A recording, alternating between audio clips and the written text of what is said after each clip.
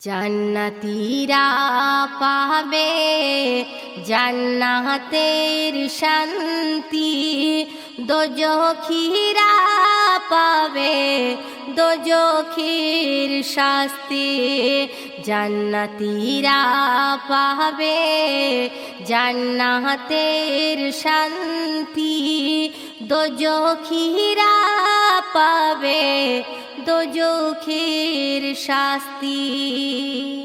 জান্নাতীদের